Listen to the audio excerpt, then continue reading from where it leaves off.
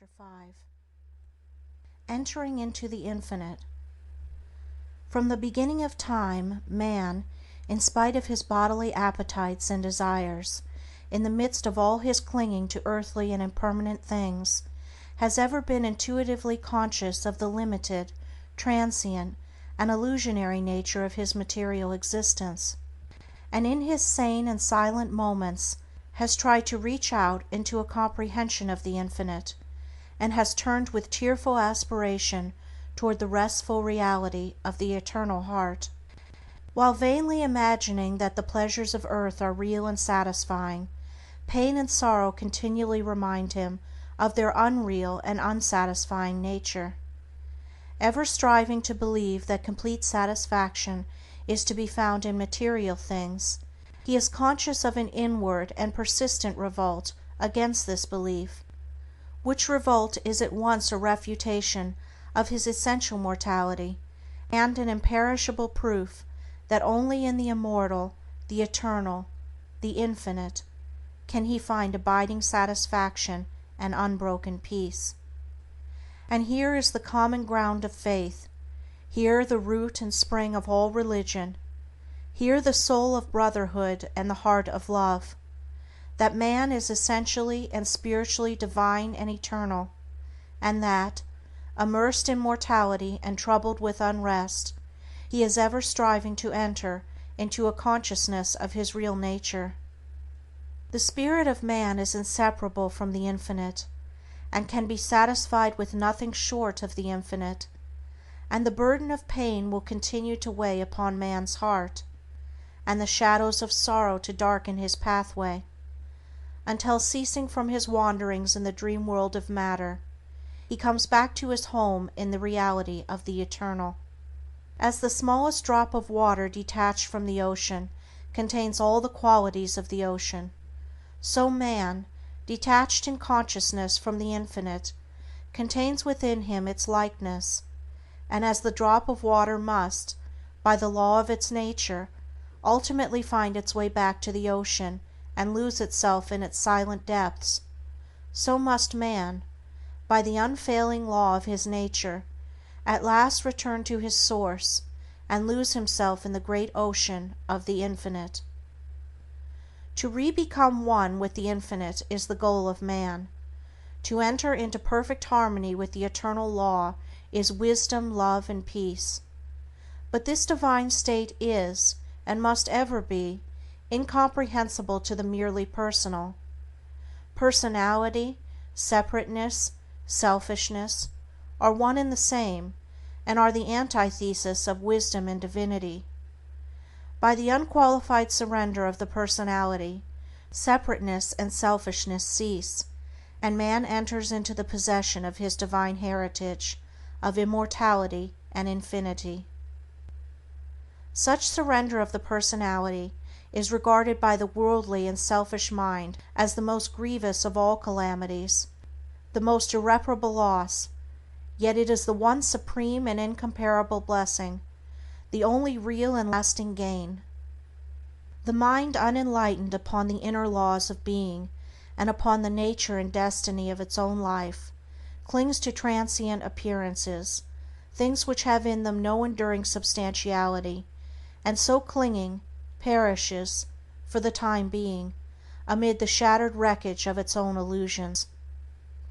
Men cling to and gratify the flesh as though it were going to last forever, and though they try to forget the nearness and inevitability of its dissolution, the dread of death and of the loss of all that they cling to clouds their happiest hours, and the chilling shadow of their own selfishness follows them like a remorseless spectre.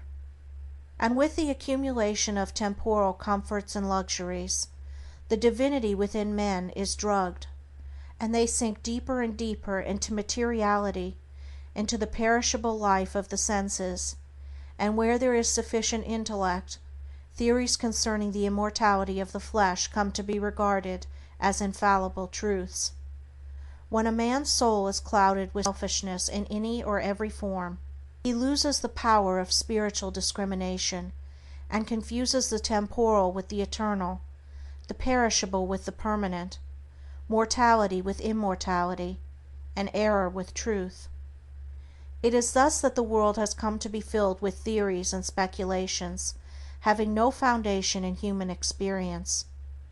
Every body of flesh contains within itself, from the hour of birth, the elements of its own destruction, and by the unalterable law of its own nature must it pass away. The perishable in the universe can never become permanent. The permanent can never pass away. The mortal can never become immortal. The immortal can never die. The temporal cannot become eternal, nor the eternal become temporal. Appearance can never become reality, nor reality fade into appearance. Error can never become truth, nor truth become error. Man cannot immortalize the flesh, but by overcoming the flesh, by relinquishing all its inclinations, he can enter the region of immortality. God alone hath immortality, and only by realizing the God state of consciousness does man enter into immortality. All nature in its myriad forms of life is changeable, impermanent, unenduring. Only the informing principle of nature endures. Nature is many, and is marked by separation. The informing principle is one, and is marked by unity. By overcoming the senses and the selfishness within, which is the overcoming of nature, man emerges from a chrysalis of the personal and illusory, and wings himself into the glorious light of the impersonal, the region of universal truth, out of which all perishable forms come. Let men, therefore, practice self-denial. Let them conquer their animal inclinations. Let them refuse to be enslaved by luxury and pleasure. Let them practice virtue, and grow daily into higher and ever higher virtue, until at last they grow into the divine, and enter into both the practice and the comprehension of humility, meekness, forgiveness, compassion, and love, which practice and comprehension constitute divinity. Good-will gives insight, and only he who has so conquered his personality that he has but one attitude of mind, that of good-will, toward all creatures, is possessed of divine insight, and is capable of distinguishing the true from the false. The supremely good man is therefore the wise man, the divine man, the enlightened seer, the knower of the eternal.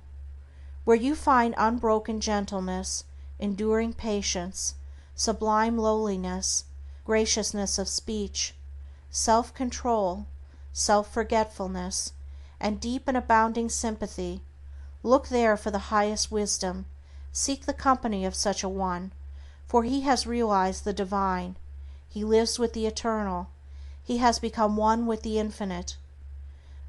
Believe not him that is impatient, given to anger, boastful, who clings to pleasure and refuses to renounce his selfish gratifications, and who practices not good-will and far-reaching compassion, for such a one hath not wisdom, vain is all his knowledge, and his works and words will perish, for they are grounded on that which passes away. Let a man abandon self, let him overcome the world, let him deny the personal. By this pathway only can he enter into the heart of the infinite. The world, the body, the personality are mirages upon the desert of time, transitory dreams in the dark night of spiritual slumber, and those who have crossed the desert, those who are spiritually awakened, have alone comprehended the universal reality where all appearances are dispersed and dreaming and delusion are destroyed. There is one great law which exacts unconditional obedience, one unifying principle which is the basis of all diversity, one eternal truth wherein all the problems of the earth pass away like shadows. To realize this law, this unity, this truth, is to enter into the infinite, is to become one with the eternal.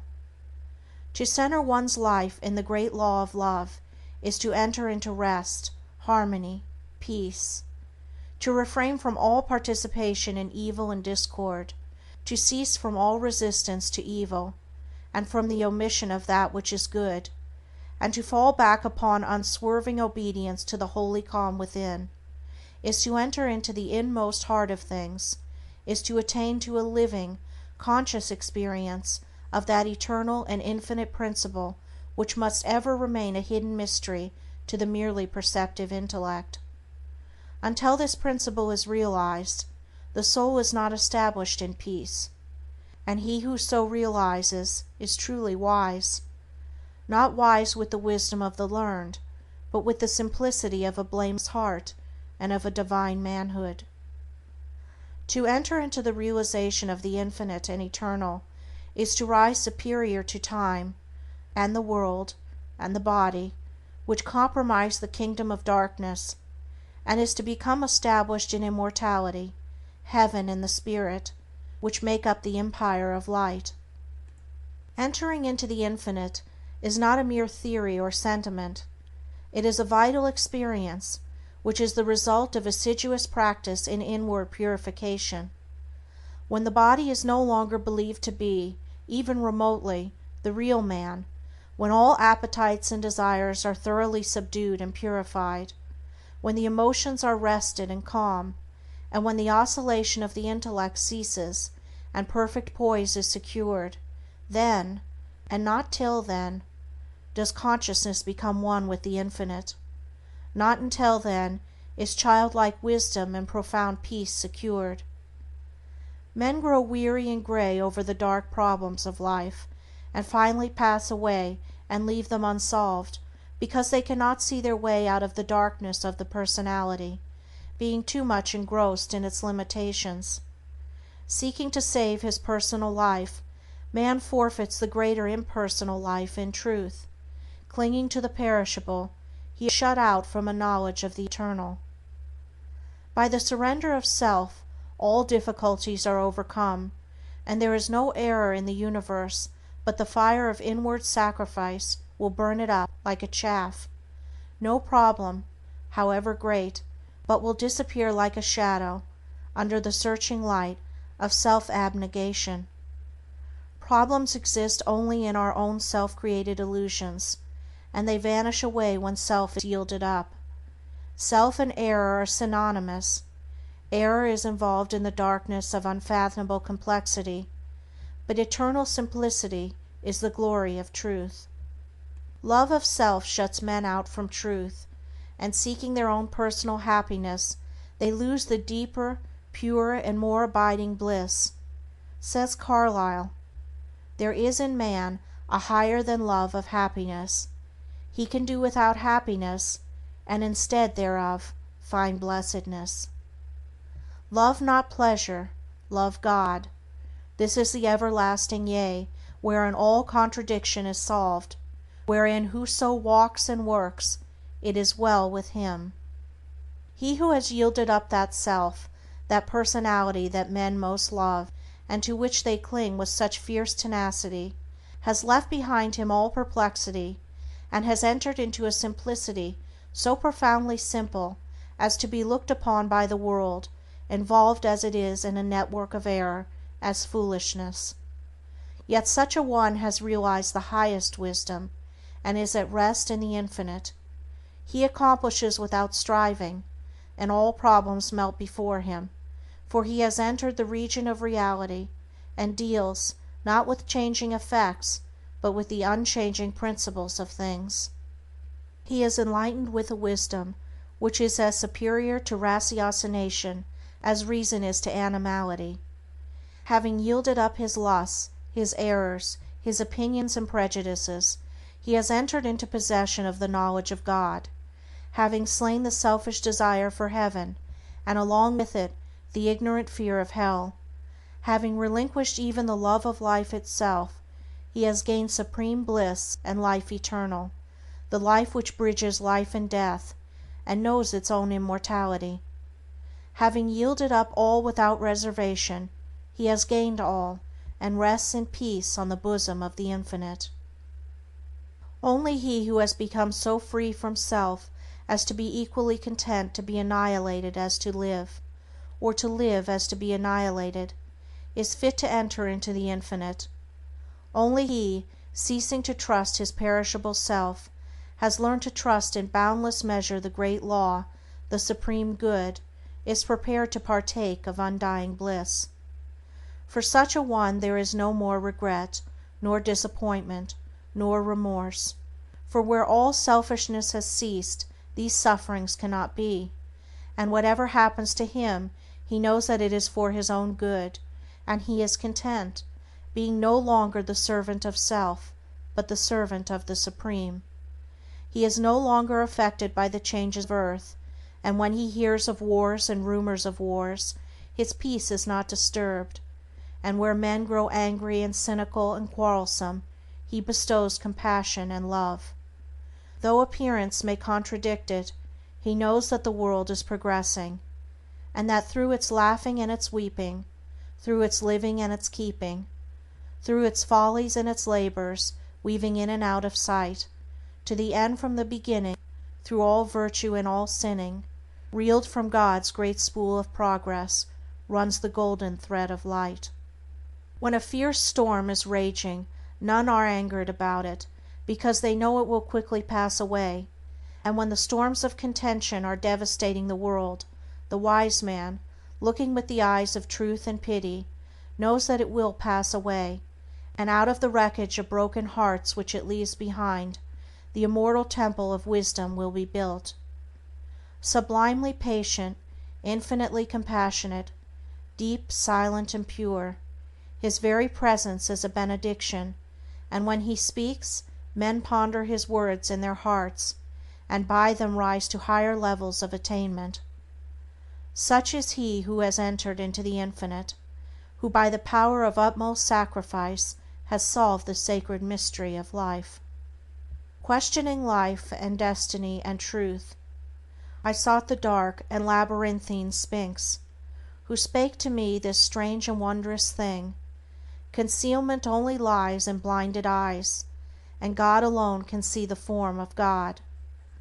I sought to solve this hidden mystery, vainly by paths of blindness and of pain, but when I found the way of love and peace, concealment ceased, and I was blind no more. Then I saw God, e'en with the eyes of God. End of chapter 5.